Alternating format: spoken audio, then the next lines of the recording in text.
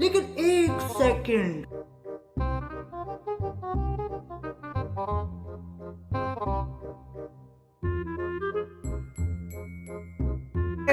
ਹੱਸਦੇ ਚਿਹਰਿਆਂ ਦਾ ਮਤਲਬ ਇਹ ਨਹੀਂ ਹੁੰਦਾ ਕਿ ਉਹਨਾਂ ਨੂੰ ਕਦੇ ਕੋਈ ਤਕਲੀਫ ਨਹੀਂ ਹੁੰਦੀ। that's ਉਹਦਾ ਮਤਲਬ ਇਹ ਹੁੰਦਾ ਕਿ ਇਹਨਾਂ ਨੂੰ ਤਕਲੀਫਾਂ ਨਾਲ ਡੀਲ ਕਰਨਾ ਹੁੰਦਾ। पाकिस्तान की तरफ से मीर जाफर बनफसे नफीस ईरान पहुंच जाता है और पाकिस्तान में ऐसे पेश किया जा रहा है इसको कि जैसे कोई ये ऐसा काम कर दिया गया है जो कोई आउट ऑफ दिस वर्ल्ड है। इसके बाद दो चलाने का मिशन, अमेरिका और ईरान की सुलह कराने के जतन, फील्ड मार्शल सैयद आसिम मुनीर का ईरान का अहम तरीन दौरा, तेहरान में ईरानी वजीर खारजा से वफ्द के हमरा मुलाकात की। अब्बास अरागची ने कहा फील्ड मार्शल आसिम मुनीर को तेहरान आमद पर खुशामदीद कहते हैं। मुज़ाकरात की मेजबानी पाकिस्तान और ईरान के मजबूत ताल्लुकात का मजहर है। खित्ते में अमन इस्तेहकाम के लिए ईरान का अज़्म पुख्ता है। फील्ड मार्शल सैयद आसिम मुनीर का ईरान का अहम तरीन ये दौरा है। तेहरान में ईरानी वजीर खारजा से वफ्द के हमरा मुलाकात की। अब्बास अरागची ने कहा फील्ड मार्शल सैयद आसिम मुनीर को तेहरान आमद पर खुश आमदीद कहते हैं। मुज़ाकरात की अब्बास अरागची ने उनका इस्तकबाल भी किया है। तो अब इसकी जौहर सलीम साहब पूरी दुनिया जो है वो अब इसको डिस्कस करेगी कि ईरान और अमेरिका के जो मुज़ाकरात का जो सेकंड राउंड है उससे पहले पाकिस्तान के आर्मी चीफ और फील्ड मार्शल आसिम मुनीर साहब ने तेहरान का दौरा किया है। इसकी सिग्निफिकेंस क्या है?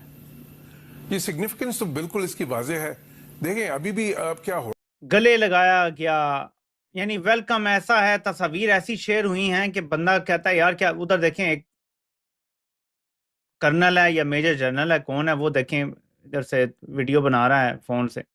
ये एक हिस्टोरिक मोमेंट है क्योंकि जंग के दौरान पाकिस्तान वो पहला मुल्क बन गया है जिसके किसी बंदे ने यह पाकिस्तान का फील्ड मार्शल पहुंच चुका है ईरान, और ईरान के अंदर ईरान के विदेश मंत्री अब्बास अरागची ने इसका वेलकम किया है और साथ में मोहसिन नकवी ट्रॉफी चोर भी पहुंचा है और पाकिस्तानी इस तस्वीर को डिप्लोमेसी किंग बता रहे हैं अपने लिए। परंतु ध्यान से आप यदि फोटो देखोगे तो फील्ड मार्शल को रेड कारपेट वेलकम वगैरह नहीं मिला है ईरान के अंदर, जबकि ईरान का डेलीगेशन जब पाकिस्तान आया था तो पाकिस्तान ने इनके लिए रेड कारपेट गले लगाया गया, यानी वेलकम ऐसा है, तस्वीर ऐसी शेयर हुई हैं कि बंदा कहता है यार क्या, उधर देखें एक कर्नल है या मेजर जनरल है, कौन है वो, देखें इधर से वीडियो बना रहा है फोन से। ये एक हिस्टोरिक मोमेंट है क्योंकि जंग के दौरान पाकिस्तान वो पहला मुल्क बन गया है जिसके किसी बंदे ने दौरा किया है और दौरा भी हाईएस्ट लेवल से हो रहा है। ज़ाहिर पाकिस्तान एयरफोर्स ने मुकम्मल सिक्योरिटी फराम की है मीर जाफर के जहाज को और सब कुछ, लेकिन इसको फिलहाल हम साइड पे रख देते हैं। हम अल जजीरा की खबर देखते हैं, इसके ऊपर क्या है। अल जजीरा लिखता है कि Pakistan military chief part of delegation heading to Iran, a high ranking Pakistani delegation led by field marshal Asim Munir is on its way to Iran to deliver a message from the US and coordinate a second round of talks. Iran's state media are reporting. The IRIB news agency said the second round of talks is expected to be held in the coming days in the Pakistan capital, Islamabad. तो ये इतना बड़ा delegation गया है ईरानी media और उसको अल जजीरा confirm कर रहा है कि अमेरिका का पैगाम डिलीवर करने गया है, बनफसे नफीस डिलीवर करने गया है। यहाँ पे एक चीज क्लियर कर लें कि जंग किसी भी तरह से रुकती है, अगर ईरान को ये समझ आती है कि ये मामला ठीक हैं, ये हम कर सकते हैं और ये नहीं, तो जंग तो हर हाल में रुकनी चाहिए, लेकिन हमें हर चीज उसके पर्सपेक्टिव में रखनी चाहिए। अब्बास अरागची ने उनका इस्तकबाल भी किया है। तो अब इसकी जौहर सलीम साहब पूरी दुनिया जो है वो अब इसको डिस्कस करेगी कि ईरान और अमेरिका के जो मुज़ाकरात का जो सेकंड राउंड है उससे पहले पाकिस्तान के आर्मी चीफ और फील्ड मार्शल आसिम मुनीर साहब ने तेहरान का दौरा किया है। इसकी सिग्निफिकेंस क्या है? ये सिग्निफिकेंस तो बिल्कुल इसकी वाज़ेह है।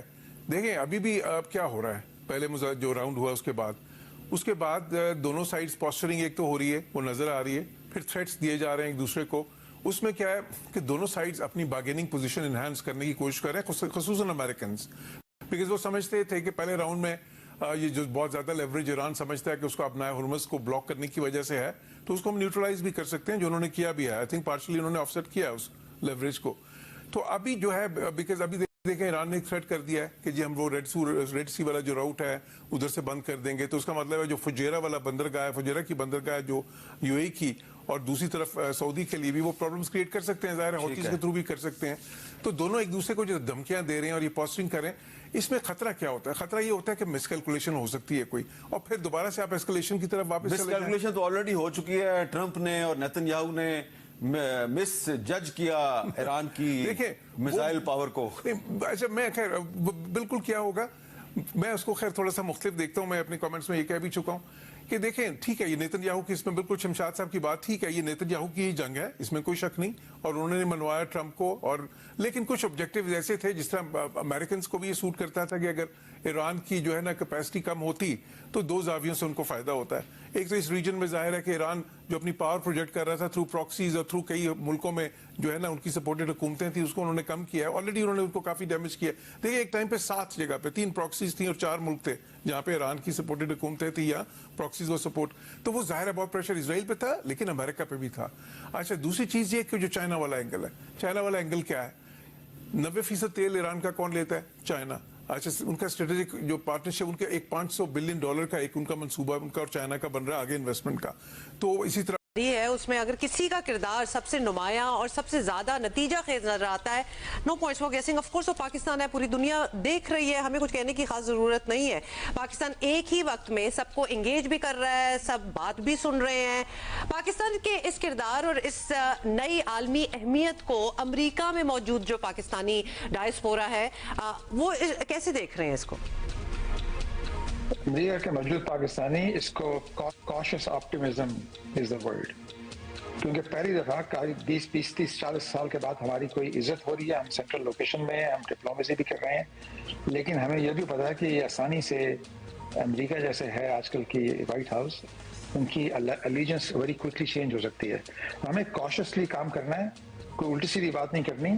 पाकिस्तान का किरदार और स्टैचर बड़ा है, लेकिन इसके इस on weak grounds we have to be very careful not to cautiously optimistic is term. However America अपना स्टांस चेंज कर सकता है, लेकिन सडनली वो दुनिया की नजरों में पाकिस्तान तो नहीं बदल जाएगा। पाकिस्तान जो कोशिश तो दोस्तों कई सारे सवाल उठ रहे हैं कि फील्ड मार्शल और ट्रॉफी चोर मोहसिन नकवी को ईरान जाने की जरूरत कौन सी पड़ गई। तो इस समय आपको बता दूं कि पाकिस्तान एक तरीका से बार्गेनिंग कर रहा है और ट्रंप के इशारे पर पूरी तरीका से काम कर रहा है। ट्रंप ने मुनीर को लगाया है फोन और चुपचाप तरीके से बोला है कि जाओ ईरान को मनाओ कि कहीं पर भी बैठकर हमसे बातचीत कर लें, क्योंकि ये खबर आई थी कि ट्रंप चाहते हैं कि ईरान हमारे साथ बातचीत करे, परंतु ईरान दूसरी दौर की ट्रंप के साथ बातचीत नहीं करना चाहता है। ईरान वहां से स्टेट ऑफ हॉर्मुज़ ब्लॉक कर रहा है और यहां पर से गल्फ ऑफ ओमान में जो ईरान के जहाज हैं वो ट्रंप ब्लॉक करने की धमकी दे रहे हैं। हालांकि कुछ जहाज निकल तो आए हैं, पर ट्रंप धमकी दे रहे हैं तो अपना जो एक प्रकार से कहें टटपूंजिया या टट्टू ईरान के अंदर ये पहुंचा रहे हैं ताकि वो जाकर ईरान को मनाए और ईरान के साथ इनकी बातचीत हो सके। हालांकि देखते हैं कि आगे शहबाज शरीफ के मुनीर के वहां पर जाने पर क्या बातचीत होती है, क्या ईरान डील को मानता है या फिर नहीं। परंतु दुनिया को पता है कि एक तरफ मुनीर ने सेना सऊदी अरब में तैनात कर दी है, दूसरी तरफ ईरान के साथ बातचीत करने भी पहुंच गया है और बता रहा होगा कि हमारे इस्लाम